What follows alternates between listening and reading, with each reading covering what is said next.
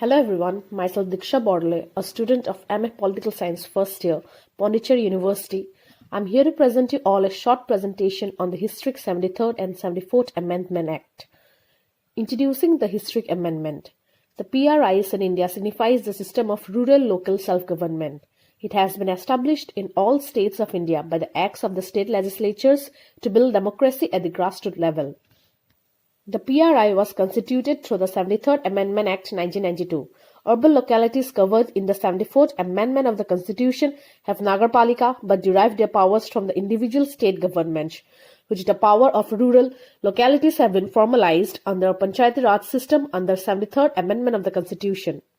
The objectives of the Act includes safeguards and preservation of the tribal traditions and customs, extension of the provisions of Part 9 of the Constitution relating to the panchayats to the civil areas with certain modifications, to have village governance with participatory democracy and to make the Gram Sabha a nucleus of all activities, to extend the three-tier system on an extensive level.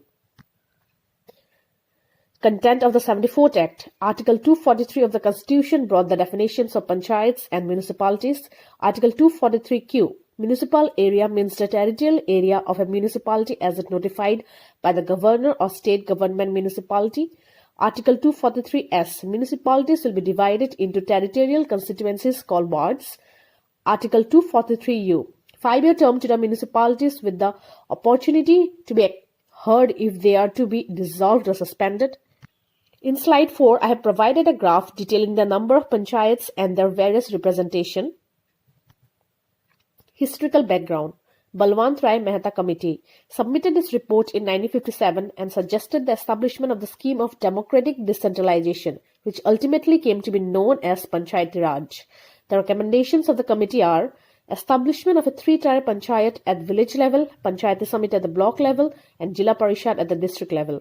The village panchayats should be constituted with directly elected representatives, whereas the Panchayati Samiti and Jila Parishad should be constituted with indirectly elected members. Rajasthan was the first state to establish Panchayati Raj. Ashok Mehta Committee. In 1978, it recommended that the three-tier system should be replaced with two-tier system, that is with Jila Parishad and Mandal Panchayat. G.V.K. Rao Committee suggested the creation of a post of District Collector Commissioner. Basic decentralized planning function should be at the district level. C.M. Singhvi Committee. Nyaya Panchayats should be established for a cluster of villages. Judicial tribunals should be established in each state to adjudicate controversies about elections to the PRIs. And elections should be fair and impartial. Tangan Committee stated a three-tier system of Panchayati Raj with panchayats at the village, block and district levels with a fixed tenure extending to 5 years, and also stated about the reservation of seats for women. Gadgil Committee provided constitutional status should be granted to these institutions. They should be empowered to levy, collect and appropriate taxes and duties. With the constitution of the 10th Lok Sabha and the formation of the new governance, the 73rd Constitutional Amendment Bill, after dropping out the controversial provisions of the 64th Amendment Bill of 1989, was presented in Parliament, which was passed by both the houses and became an act, which is known as the 73rd Constitutional Amendment Act of 1992, and finally came into being on April 23, 1993. Now I'll put forward the provisions of the Act. Compulsory provisions includes organization of Gram Sabha, the minimum age for contesting elections to PRIs to be 21 years, reservation of women up to 1/3 of seats, reservation of seats for SCs and STs in panchayats, chairmen and members in proportion to the population. Voluntary provisions include giving voting rights to the members of the union and state legislatures in these bodies, giving the PRIs financial powers in relation to taxes, levy and fees, etc. Now I'll highlight the features of the Act. Features of the 73rd Act.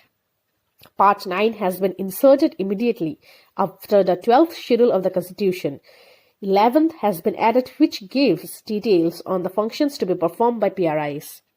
A uniform term of 5 years has been provided for the PRIs. There shall be an election commission to conduct all the elections to PRIs. A state finance commission has also to be constituted once in every 5 years to review the financial position of the panchayat and to make suitable recommendations to the governor.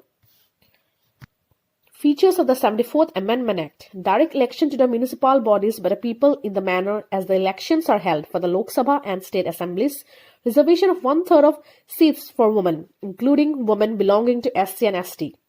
Of course, the Panchayati Raj institutions are not without any critical evaluation. The critics have pointed out the following criticism against the PRIs.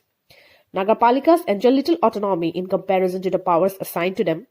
The financial dependence of the Nagarpalikas to the state and central government has also curtailed their autonomy to a considerable level, which acts as a hindrance in their independence. Unscientific distribution of functions. The Panchayati Raj scheme is defective insofar as the distribution of functions between the structures at different levels has not been made along scientific lines. The blending of development and local self-government functions has significantly curtailed the autonomy of the local self-government institutions. Despite the criticisms, Panchayati Raj institutions have made India more secular and more democratic, and keeping in mind the forefront of the Constitution. I thank everyone for your patience. Hope this video turns out to be useful. Thank you.